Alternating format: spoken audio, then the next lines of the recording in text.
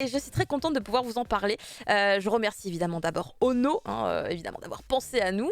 Et qu'est-ce que c'est Ono? Comme vous pouvez le voir, c'est une application qui est en fait un petit peu un bébé de plusieurs acteurs du milieu. En fait, figurez-vous qu'en fait, à Média Participation, on regroupe plusieurs éditeurs comme le Lombard, Dargo, mais également Dupuis.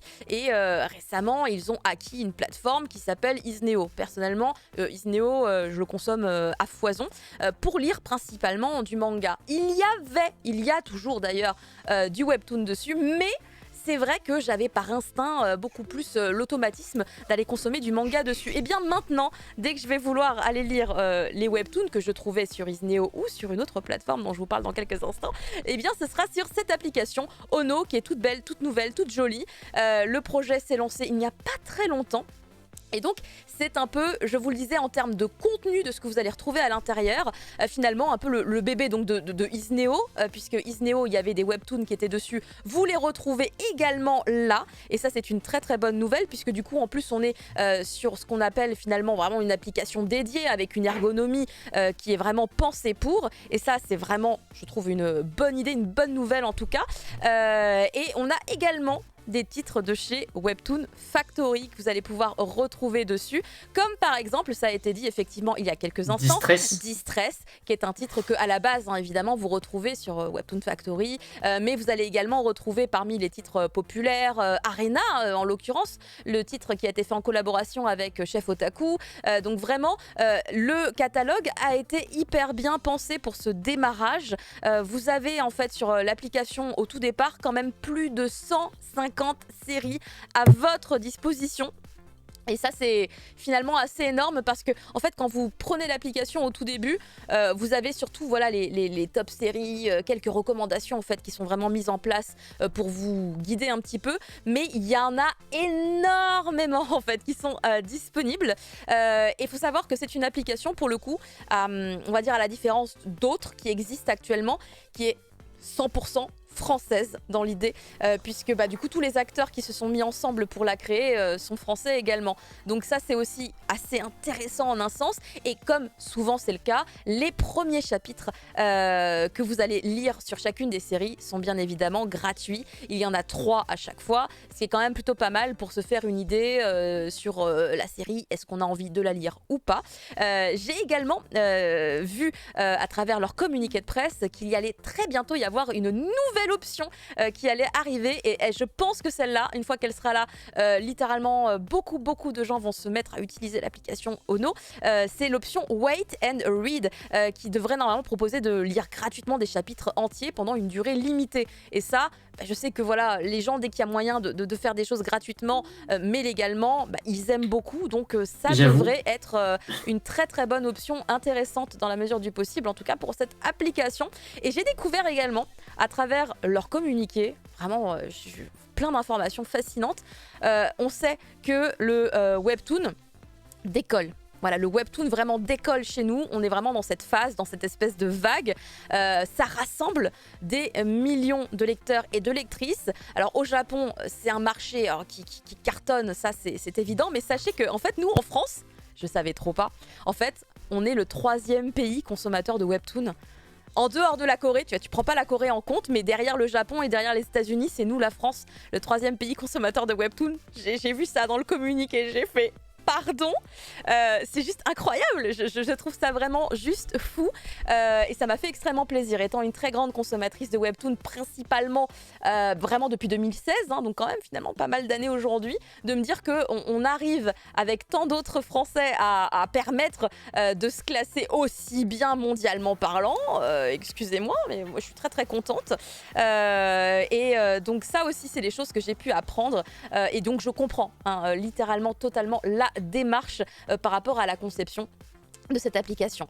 Faut savoir aussi qu'ils ont prévu, mais vraiment en grande quantité, d'avoir des contenus qui vont être extrêmement récurrents, dans le sens où il y a un calendrier extrêmement dynamique. Vous avez 10 nouveaux épisodes disponibles tous les jours. C'est-à-dire qu'il y a donc à peu près 150 séries qui sont à dispo sur la plateforme et vous allez avoir du coup sur toutes ces séries un calendrier, un planning avec des séries qui vont donc voir leur mise à jour le lundi ou le mardi ou le mercredi, etc., etc. Et chaque jour vous aurez au moins ça quoi, 10 nouveaux épisodes éventuellement à lire si c'est des séries que vous suivez.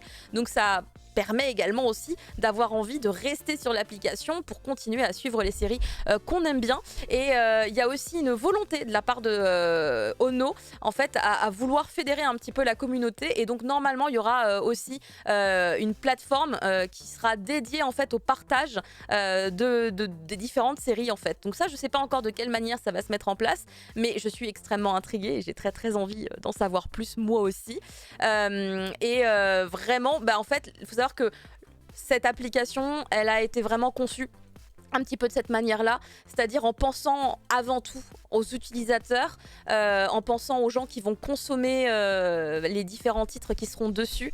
Et je trouve que ça se voit parce que rien que finalement, jusqu'à il n'y a pas très longtemps, moi j'étais en train de lire quelques chapitres et j'ai détecté un bug. Et j'ai contacté les équipes et écoutez, moi je pensais que ça allait prendre du temps à réparer, mais j'ai plus le bug. Donc je sais pas si c'est parce qu'ils l'ont vraiment réparé ou si c'est parce que ça s'est corrigé tout seul. Mais j'avais un bug qui m'empêchait d'avoir l'affichage des chapitres si je quittais l'application pour aller sur une autre application et que je revenais dessus. J'avais ce petit bug, mais en fait, je l'ai plus. Donc je ne sais pas, ça ressemble presque à un, je sais pas moi, une espèce de petit miracle là comme ça. Donc c'est plutôt pas mal. Et j'ai un petit teasing pour vous, c'est qu'en fait, Ono, comme je vous l'ai dit au tout départ, je vous rappelle quand même que c'est Média Participation avec du coup voilà on va dire des maisons d'édition très connues derrière et finalement voilà des gens très compétents et j'y viens, je savoure cette information. Vous voyez Rutil, la scénariste d'un certain titre qui s'appelle Colossal. Voilà. On n'a pas assez forcé dessus. On n'a pas assez forcé dessus. Elle est éditrice pour Ono. C'est sa nouvelle casquette. Et je peux vous dire que s'il y a Rutil aux commandes de cette application, ça va être fabuleux. Parce que c'est une personne incroyable, c'est une personne avec une volonté, une énergie. Je suis admirative de cette personne, vraiment. Et donc quand j'ai su, parce qu'elle l'a dit, elle l'a annoncé à son réseau professionnel, voilà, qu'elle était éditrice pour cette toute nouvelle application qui s'appelle Ono, et bien évidemment, il y a un catalogue qui va bientôt arriver, qui va être particulièrement intéressant. Et rien que ce titre qu'elle a annoncé justement au mois de mars, c'est une des séries sur lesquelles elle travaille avec une illustratrice qui s'appelle Illogique. Et je parle bien sûr de Vertu de Saint-Cyr. Donc c'est le webtoon qui devrait arriver vraiment très très bientôt sur l'application Ono. Et c'est évidemment une des recommandations que je vous fais un petit peu en avance. Donc je pense que vraiment rien que cette information-là, littéralement, pour moi, elle fait tout changer. Pour moi, elle fait vraiment presque tout basculer parce que quand on connaît finalement l'implication de la personne dans n'importe lequel de ses projets, on sait qu'elle les valorise énormément et je suis très très très convaincue qu'on aura des belles surprises dans cette application. Donc moi ce que je vous propose évidemment c'est d'aller la récupérer rapidement et de prendre le train en marche parce qu'on y est, voilà, c'est le début, on n'a pas encore tout à fait finalement vraiment démarré, on est encore un peu à quai, profitez-en. Et du coup justement pour prendre l'application, n'hésitez pas, il y a le petit lien, vous tapez point d'exclamation Ono. Si j'ai bien fait les choses, normalement je le vérifie, regardez, je le check moi-même sur mon propre chat. Attendez, où est mon point d'exclamation? Je le trouve. Ça a marché tout à l'heure, quelqu'un l'a essayé. Je sais, je l'ai vu. Et bien voilà, vous cliquez sur ce petit lien, vous allez avoir de quoi télécharger l'application puisqu'elle est évidemment disponible comme vous l'avez vu sur la petite slide juste avant. Regardez, tac, elle est disponible sur iOS ainsi que sur Android. Donc franchement, voilà, aucun souci, très tranquille. J'ai pas encore l'app mais je suivais mes alliances dessus. Et bien écoute... on va sûrement parler de mes alliances justement. Ça tombe très bien. Ça tombe extrêmement bien. J'aime quand les gens voilà, sont connectés comme ça, c'est parfait, ça me fait extrêmement plaisir. Bref, Ono, pour moi, c'est un grand oui. Et c'est vrai que savoir que Rutil travaille sur ce projet, personnellement, ça m'enjaille vraiment beaucoup. Surtout que l'application, elle est quand même plutôt jolie. Hein. Je vous ai fait des screens, c'est mon téléphone que vous voyez là, avec du coup la manière dont c'est présenté, la manière dont c'est affiché. Et vous voyez, en fait, il y a un petit onglet avec des cadeaux, ça vous permet d'avoir des chapitres gratuits supplémentaires et ça c'est quand même plutôt cool, c'est toujours pratique d'avoir un petit chapitre en plus qu'on peut utiliser soi-même, c'est très très bien pour avancer un peu plus avant de se lancer vraiment dans l'achat des coins, les achats qui sont hyper classiques bien évidemment puisque comme c'est lié à votre application, c'est lié à votre téléphone, donc ça se passe, par exemple moi avec iOS, ça passe par iTunes, c'est le truc hyper classique, il n'y a pas de méthode particulière différente. Et du coup, pour la suite, il faut que je vous parle de quelques-uns des titres. Le premier, c'est Protect My Star. Alors pour le coup là les titres dont je vais vous parler, les deux sont à l'origine, les deux premiers sont à l'origine des œuvres chinoises, donc ils viennent, vous verrez tous les deux, d'une plateforme très très connue là-bas qui s'appelle Kuaikuan Manhua. C'est littéralement la plateforme où il y a tout, j'ai l'impression, parce qu'il y a des titres de Shenasca, ils viennent aussi de là et tout, donc je me dis bon bah voilà, il y a une cohérence, il y a une logique, et pour le coup cette série où le Kara design est quand même vraiment plutôt joli. Il m'a bien capturé avec son trait. C'est une série qui est vraiment rigolote. Vraiment, elle est assez rafraîchissante. Elle m'a beaucoup donné le sourire. C'est une comédie romantique. Voilà, est-ce qu'il en fallait plus pour moi. Donc j'ai vraiment beaucoup rigolé sur les quelques chapitres que j'ai pu découvrir dessus. Par contre, la série, elle promet d'être longue. On est sur un slow burn qui est plus slow que burn, je pense. Mais vu qu'on rigole bien, en soi, c'est pas très très grave. Il y a quand même plus de 105 chapitres actuellement dans le pays d'origine. On a le temps de les rattraper, tous ces chapitres-là. Alors de quoi est-ce que ça parle? On va suivre ce personnage que vous voyez à l'écran, qui s'appelle Lu Yan. Et en fait, faut savoir que quand il était au lycée, c'était littéralement le fouriot, le gars, tu vois. C'était l'espèce de délinquant, l'espèce de brute qu'il fallait éviter de croiser. Sauf que, en fait, quelques temps plus tard, il se reconvertit dans le monde des idols et il devient littéralement comme une K-pop idol. Voilà. Sauf que c'est la Chine, donc ce serait plutôt une Chinese pop idol. Sauf que vous savez, la concurrence des idols est extrêmement rude, c'est très très compliqué. Si vous avez déjà eu l'occasion de lire des œuvres à ce sujet ou des documentaires, vous savez que ouais, mais encore, je pense que ça se connecte plutôt pas mal avec ce qui se passe dans celui-ci, mais c'est vrai qu'après le Japon, c'est quand même des cas plus particuliers. Là, la Chine, ça a l'air un peu plus... En tout cas, au niveau du traitement du ton, c'est vraiment pas la même. Ici, c'est très léger et très fun et un petit peu what the fuck par moment. Oshinoko, c'est dur, c'est oh mon dieu, c'est la vie est très très complexe. Ouais. Mais je vois ce que tu veux dire pour le lien. Donc, on a notre petit Lu Yan que vous avez ici, qui est très beau finalement, et qui sait faire l'idol. Sauf qu'il ne décolle pas. Il n'arrive pas à décoller. Il y a trop de concurrence. Il a genre 20 personnes qui le regardent et sur les 20, il y a des bots. Donc, vraiment, il est assez malheureux. Son agence, il a peur que son agence le vire et tout. Et en fait, un jour, il y a une illustratrice, une dessinatrice qui s'appelle Hua Kang, qui genre, elle a plusieurs millions d'abonnés. Vous le voyez d'ailleurs à droite, elle a 8 880 000... Non, attends, c'est 8 880 000 abonnés sur son réseau social. Et en fait, elle découvre ce petit Lu Yan et elle dit « Ah, mais il est trop mignon et tout. Ah, j'aime bien sa bouille. » Donc juste, elle le kiffe et elle devient son espèce de... Pas de maman virtuelle, mais tu vois, comme les espèces de fans qui veulent protéger leur petite star et tout, car c'est littéralement ça le titre de l'œuvre, c'est Protect My Star, car en fait cette fameuse illustratrice, dont on découvre rapidement le visage, ce n'est pas un mystère, en fait elle va dessiner notre petite star en devenir dans des contextes plutôt mignons, elle va vraiment le rendre kawaii, alors que lui il veut être trop un mec viril, tu vois, mais en fait elle va lui dessiner avec des petites oreilles de lapin, des petits trucs comme ça. Et le truc, c'est que grâce à elle, avec ses 8 millions d'abonnés, en fait, il va devenir célèbre. Il va se mettre à cartonner. Et alors lui, il est à la fois super content et en même temps pas content du tout parce que, en fait, il a pas envie de donner cette image Du tout, du tout, du tout, du tout. Lui, il a envie d'être un mec badass, il a pas envie d'avoir des petites oreilles de lapin. Pour lui, c'est vraiment ridicule. Mais elle est à fond. Ça y est, c'est fini, c'est devenu son bias, c'est son chouchou, c'est son préféré. Donc là, on voit une image à gauche où en fait, elle l'a dessiné, c'est un ange et tout, avec des plumes et tout. Le mec, il frise, tu vois, il est en mode ah, mais c'est pas possible, c'est pas des trucs pareils, c'est honteux, c'est pas moi. Et puis à un moment donné, du coup, ils vont se répondre sans être en contact, puisque du coup il va tu vois, poster des photos de lui où il est un peu plus sexy et tout, puis elle en perd son téléphone sur son visage. Ça m'arrive tellement souvent, c'est terrible, ça je me suis reconnue vraiment dans ce perso. Et puis du coup elle va refaire des dessins en disant franchement qu'est-ce qu'il était beau, mais j'espère qu'il se réhabillera pas comme ça parce que ça lui ressemble pas. Lui, dans son cerveau, ça explose. Enfin, c'est vraiment très rigolo. Moi je me suis beaucoup amusée et je me suis dit mais à un moment donné quand même ils vont finir par se rencontrer, c'est pas possible qu'ils continue comme ça à s'attaquer moyennement comme ça. Enfin, c'est fou. Et en fait, ils vont finir par se rencontrer à un événement, mais sans savoir évidemment que l'autre, c'est l'autre. Voilà, sinon ce serait beaucoup trop marrant. Et en fait, c'est une soirée masquée, comme vous le voyez ici, que le premier vrai contact va opérer. Et c'est super rigolo. Super rigolo de le voir parce que ils sont trop mignons déjà tous les deux, et il y a évidemment tous les bons petits ingrédients qu'on peut retrouver dans des titres de romance, du genre à un moment donné elle va trébucher et puis lui il va la rattraper et du coup elle va se coller à son torse et elle va être un petit peu gênée.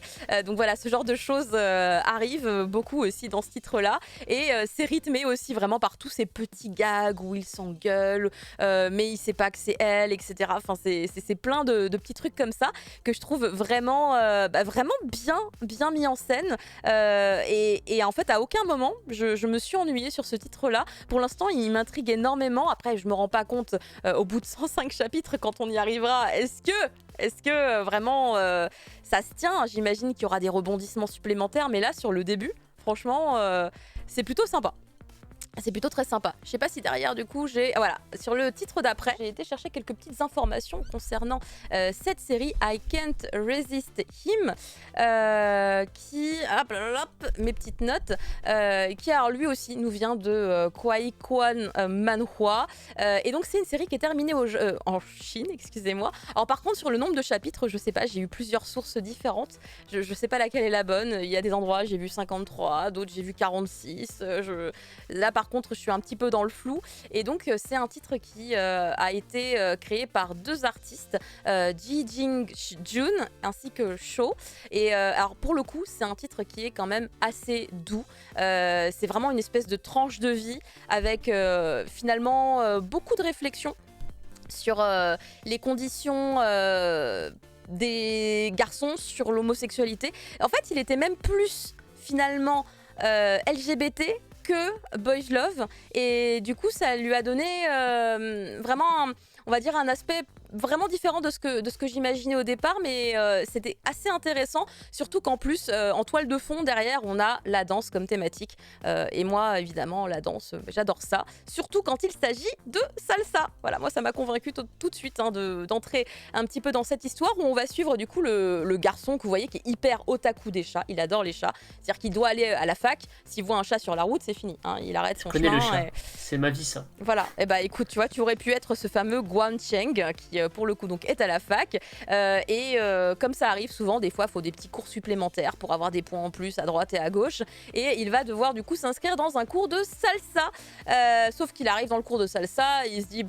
c'est quoi la salsa, c'est juste remuer ses fesses et tout, c'est rien du tout, sauf que dans le cours de salsa il va y avoir le meilleur élève de salsa qui va le regarder et qui va lui dire pardon, excuse-moi, t'as dit de la merde là, et du coup tout de suite il va lui montrer c'est quoi de danser réellement la salsa. Il va lui rabattre son caquet pendant que toutes les filles littéralement sont en train de baver, hein, effectivement, parce que il est très beau, il danse très très bien, et en plus c'est quelqu'un qui est un petit peu mystérieux parce que il dit pas grand chose sur sa vie, à part un point qu'il met en avant, en tout cas il ne s'en cache pas du tout, c'est que il ne s'intéresse pas du tout aux filles.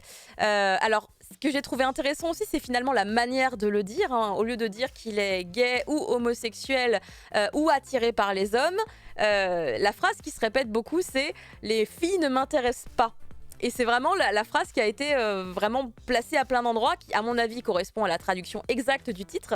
Et je me suis dit, waouh, c'est vrai qu'en Chine, en vrai, faut faire hyper attention sur certaines choses qui touchent justement à l'homosexualité, puisque par exemple les boys love avec des contenus explicites sont totalement interdits.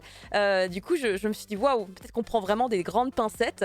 En tout cas, ça donne un aspect extrêmement réaliste à ce titre, qui n'a rien de fantastique d'ailleurs. Au passage, il n'y a pas de pouvoir magique, il n'y a pas de transformation. On est vraiment sur des jeunes qui sont à la fac. Et qui vont finalement se lier d'amitié malgré tout, parce que il n'était pas trop mécontent finalement, notre cher Yoon Yoon Fei. Attendez, je le prononce mal son nom. Non, c'est ça, Yoon Yoon Fei, c'est bien son nom.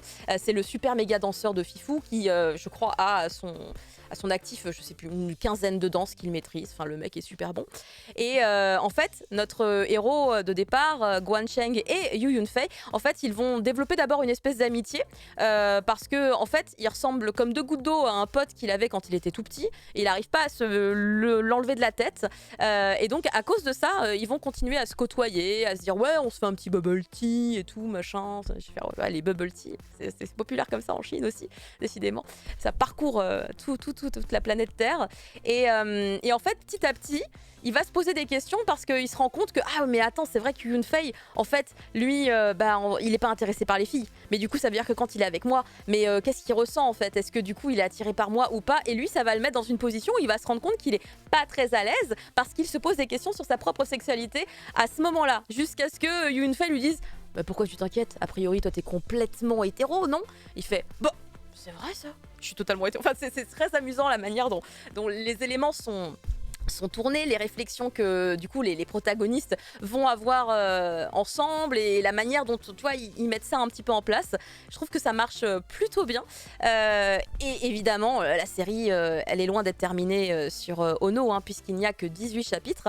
Mais au bout d'un moment, je pense que le dénouement sera intéressant, mais clairement, ce sera à mon avis un slow burn bien slow aussi, mais la thématique est intéressante et voilà, ça parle un petit peu de danse. En tout cas, je suis très intriguée par le nouveau titre de l'artiste, puisque l'auteur en l'occurrence a sorti en Chine du coup un nouveau titre qui s'appelle Without Money. C'est le nom en anglais, mais le titre en chinois c'est Mei Qiang, que je prononce sûrement très très mal, mais c'est un titre fantastique avec des petites créatures et tout, et avec le même type d'ambiance. Du coup, j'ai très très envie de le découvrir. Si Ono un jour peut le proposer, je serais personnellement très très très contente. Mais en tout cas, voilà, c'est une recommandation que je vous fais si jamais vous avez jamais trop testé ce genre de titre. Lui, alors littéralement, dans toutes les mains du monde, il n'y a aucun problème, bien entendu. Le dernier titre dont je voulais vous parler, c'était celui-ci. Car Mésalliance n'est pas un titre qui vient d'un autre pays, c'est un titre français. Cocorico, littéralement. C'est exactement ça. Et pourquoi est-ce que ce titre, je voulais absolument vous en parler, c'est pour la simple et bonne raison que je l'ai découvert il y a quelques années. Est-ce que ça fait des années? Ça fait un petit moment en tout cas, clairement, puisque j'ai eu la chance à un moment donné d'être jury pour un concours de webtoon qui avait été lancé par Isneo. Et à cette occasion-là, du coup, en faisant partie du jury, on a dû lire énormément de webtoons en 3 chapitres et on a dû désigner des gagnants. Et c'était vraiment déjà hyper intéressant comme concept d'être jury parce qu'on fait des réunions avec tous les autres jurys, on met des points, mais pourquoi là t'as mis 5 points, C'était vraiment très particulier et c'était vraiment un truc qui a pris du temps, quoi. Et parmi mes chouchous, j'ai mis genre la max de points, beaucoup pour Mésalliance. Il y avait Mésalliance, voilà. Mésalliance faisait partie littéralement de mes chouchous. Et j'avais que 3 chapitres à l'époque, parce que il n'y avait pas plus. Ils n'avaient peut-être pas créé au-delà encore à ce moment-là. Et j'étais vraiment restée sur ma faim, parce que les 3 premiers chapitres, ils sont, à mon sens, vraiment, ils sont très très très très bons. Et finalement, ça y est, maintenant je suis très comblée, puisque du coup j'ai tout lu de ce qui était disponible sur Ono. Et maintenant je suis dans l'attente. Voilà, maintenant ça devient difficile. Mais bon, il va falloir être patient. Et dans mon cas, il va falloir que je sois patiente, du coup. Alors, Mésalliance, de quoi est-ce que ça parle? Alors, a priori, ça ne parle pas de bisounours. Jusque-là, clairement non. Mais ça parle d'univers que j'adore, parce que je suis une fille qui a grandi avec les sœurs Halliwell, j'ai grandi avec Buffy, j'ai grandi avec tout ça. Et moi, ça a vraiment été... samedi. La trilogie du samedi, Prof Isekai. Je suis une héritière de cette époque. Et en fait, vraiment, dans mes alliances, j'ai retrouvé des vibes de ces univers un peu mystiques, ésotériques. Et vraiment, j'ai trouvé que ça matchait bien. Alors, le truc qui est aussi très intéressant, c'est qu'en fait, en termes de graphisme, on n'est pas du tout dans ce que, à la base, moi, je vais chercher comme type de design. Je pense, après, dites-moi, hein, parce qu'en vrai, je suis pas très grande consommatrice de BD non plus, mais ça fait plus BD que webtoon classique, on est d'accord, hein, ou alors on est sur un mélange, je sais pas comment vous le ressentez, mais on est sur quelque chose du coup pour moi, en tant que consommatrice et de manga et de webtoon, beaucoup coréen quand même à la base, sur quelque chose de finalement assez exotique hein, par rapport à moi, mon expérience de lecture. Et en fait au niveau du scénario, on va partir sur cette jeune fille. Là, ça faisait vraiment un petit peu Buffy, j'aimais bien. Elle s'appelle Letia et elle possède un anneau. Hein, vous le voyez bien sur l'image de couverture. Elle possède un anneau qui a un sceau et en fait, c'est un anneau avec des pouvoirs spéciaux et elle l'a hérité de ses parents. Et du coup, elle a une mission quelque part. Hein, c'est à chaque fois que les gens de l'église l'appellent, il faut qu'elle aille exorciser des démons. Et en fait, elle a un pouvoir, c'est qu'elle peut voir la matérialisation, on va dire, des démons qui sont là en train de posséder les corps humains et de faire du caca avec. Hein. On voit d'ailleurs à droite un de ces diables, un de ces démons qui est sur un pauvre monsieur qui a rien demandé a priori. Et elle va l'exorciser. Ah ouais, d'accord, j'ai pas mis tant d'images que ça. Je pensais que j'avais mis plus d'images de la créature. Et Oboronion est désespéré du caca. Vous avez bien compris ce que je voulais dire. Donc ça, c'est son petit job en plus. Donc elle est pas très connectée avec ses camarades de fac et tout, parce que bah, du coup, elle a pas le temps, elle a des obligations très complexes. Et en fait, un soir, en rentrant chez elle, que va-t-il se passer? Elle va tomber nez à nez avec un ver de terre. Je sais même pas comment elle a fait pour voir le ver de terre, parce que littéralement un ver de terre sur la route, je le vois pas quand je marche. Mais elle va trouver ce ver de terre qui est dégueulasse, parce que c'est un ver de terre, hein, il fait très très bien son travail de ver de terre. Mais le truc c'est qu'en le balançant et en le jetant de l'autre côté de la route, en se disant bah, plus jamais sur mon chemin, pas de bol, vraiment elle a pas de chance, hein, cette petite Letia, elle vient de réveiller un diable qui était en fait un ver de terre jusqu'à la seconde d'avant. Mais là littéralement, voilà, un grand monsieur totalement à poil devant elle, avec une seule corne à son actif. Et du coup elle est bien embêtée parce que en plus apparemment c'est un diable de la luxure et elle c'est des choses elle sait pas faire du tout.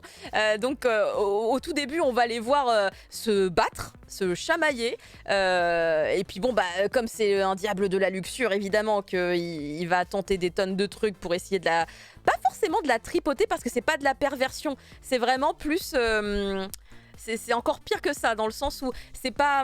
comment dire, c'est sa nature de diable. C'est vraiment sa nature de diable. Ça me fait penser à Bastard, c'est marrant. Ah, il y a une petite vibe avec... Maintenant que tu me le dis, il y a un petit quelque chose. Après, je vous cache pas qu'au final... il va rien se passer de grave, hein, si jamais il y a des gens qui étaient un petit peu inquiets, à part que effectivement ce démon, ce diable, bah écoutez, quand il était encore vivant, hein, avant d'être un ver de terre, il était littéralement en train de bézouiller partout, j'imagine. Hein, je connaissais pas sa vie de diable moi personnellement, mais du coup il va littéralement tout le temps essayer de sauter sur Letia qui en fait sait hyper bien se défendre, et ça c'est hyper cool parce qu'on est face à une héroïne qui, alors même si elle se dit là je suis en très mauvaise posture, on va quand même tout donner, on va essayer de pas se laisser faire. Donc je trouvais ça très rigolo qu'elle lui balance une casquette à la figure. Enfin, je me suis dit waouh, on sent vraiment qu'il y a rien sous la main pour devoir balancer une casquette. Et elle va vite se rendre compte qu'en fait le démon, ok, hein, il est un peu ultra badass et puis il est à poil donc c'est gênant, mais en fait il n'a pas tous ses pouvoirs et ça va être hyper pratique parce qu'elle va pouvoir quand même se défendre contre lui. Donc vous voyez, il y a des méthodes d'intimidation, on la plaque contre un arbre et tout, ça fait très cabédonne pour les gens qui aiment bien ces moustilles et tout ça. Mais je vous rappelle qu'on n'est pas face à un humain, hein, c'est un diable, c'est un démon, donc moi je trouve ça logique qu'il fasse des choses pas correctes en fait. Pour moi il y a un sens, il y a une logique. Et du coup, j'adore ce passage où en fait elle va tout simplement lever très très fort son genou pour faire un brack. J'aime beaucoup la manière dont ça a été illustré. Elle va lui casser l'entrejambe pour pouvoir se libérer de son espèce d'étreinte là. Et après, voilà, ça repart un petit peu en combat. Ils vont réussir trouver un deal ensemble où en fait ils vont être donnant-donnant. C'est-à-dire qu'elle a besoin effectivement des connaissances de ce diable parce qu'en fait elle est en quête, elle cherche à connaître qui sont les coupables qui ont fait disparaître ses parents, entre guillemets, hein, je vous sais de manière un peu floue parce que c'est pas exactement ça. Et lui, de son côté, il a besoin de récupérer son autre corne qui a disparu et sans laquelle, en fait, il n'est pas du tout au max de ses pouvoirs. Donc, pour le coup, ils vont réussir à trouver un accord, ils vont même passer un contrat, ce qui va le forcer vraiment à être en quelque sorte assez obéissant, même si au fur et à mesure des chapitres, évidemment qu'il va continuer à être un petit peu lourd, mais je vous avoue que moi ça me fait bien rire. C'est une relation qui est très, très amusante entre les deux, parce qu'en vrai, elle est jeune, et elle a l'air d'avoir beaucoup de curiosité par rapport à ce diable malgré tout. Mais est-ce que c'est vraiment elle? Est-ce que c'est le pouvoir du diable parce que c'est un diable de luxure, tout ça, machin? Je sais pas trop. Mais en tout cas, on a des insights du côté du monde des démons aussi, où il se passe énormément de trucs. On a des révélations assez rapidement sur qui sont vraiment ces personnages qu'on est en train de découvrir et qui juste sont en train de se tapouiller dessus comme ça. Et vraiment très très très gros kiff. Je suis vraiment pas déçue. J'avais adoré les 3 premiers chapitres il y a des années là, il y a longtemps. Et écoutez, là j'en ai lu 15. Je suis trop contente, je suis vraiment trop refaite. Ça continue dans une bonne lignée à mon sens. Et du coup j'adore. Voilà, je suis très très contente et je vous invite vraiment à aller donner sa chance à ce titre parce qu'il n'est pas dans les recommandations de l'application, il n'est pas dans les tops, les machins et tout. Donc n'hésitez pas à aller sur Ono, vous tapez Mes Alliances et allez le découvrir. Il est vraiment trop bien. En plus, c'est une team de Français qui l'ont fait. J'ai redécouvert parce que j'avais eu toutes les infos au moment du concours, mais j'ai oublié depuis. Ils sont plusieurs sur ce projet-là et j'aimerais vraiment qu'ils aient le moyen d'arriver au bout de leur histoire. J'aimerais vraiment qu'ils n'aient pas besoin de s'arrêter plus tôt que prévu et tout. Et pour ça, faut qu'il y ait de la visibilité sur leur série. Donc je vous remets à regarder l'illustration de tout début. La Mésalliance, ça ressemble à ça, là, comme ça. S'il vous plaît, allez-y. Voilà, allez-y. C'est super sympa. Moi, j'adore. Je suis très contente. Prof, tu vas y aller. Tu vas regarder. Évidemment. Non, faut essayer en fait. Oui. Après, tu sais bien que je suis pas très webtoon à la base, mais je sais. Déjà, tu me dis, voilà, tu sens l'inspiration entre effectivement le franco-belge, Bastard et tout. Il y a quelque chose qui me tâte un peu. Alors, c'est pas les chroniques de la Lune Noire, hein, mais pourquoi pas hein, pourquoi pas. Franchement, ouais, je suis curieux de voir le résumé. Faut voir ce que ça peut donner. Mais comme c'est en numérique, ça me fait chier. C'est vrai que toi, t'aimes bien le papier. Non, mais c'est vrai. Mais ça donne envie. Ça donne envie. Oui, ça donne envie. Ouais, c'est vrai, ça donne envie. Et en tout cas, il y a Oborion qui dit les gens sont à poil, tu dois le lire. Nicia Darling dit que le pitch lui fait penser à Belladone de la Tristesse. Ah, je connais pas Belladone of Sadness, c'est lequel?